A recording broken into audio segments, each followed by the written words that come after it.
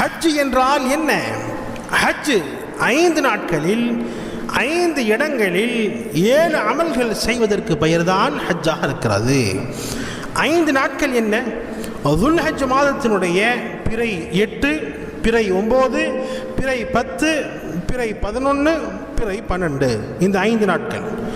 5 இடங்கள்: Kaapa, Safa மருவா, Mina, Arafah, Muzdalifah. 7 அமல்கள்: இஹ்ராம் கட்டுவது, தவாஃப் செய்வது, சஈ செய்வது, அரஃபாவில் தங்குவது, கல்லெறிவது, குர்பானி கொடுப்பது, தலைமுடி களைவது. இந்த 5 நாட்களில் 5 இடங்களில் 7 அமல்கள் செய்வதற்கு பெயர்தான் ஹஜ்ஜாக இருக்கிறது. ஹஜ் யார் மீது கடமை? ஹஜ்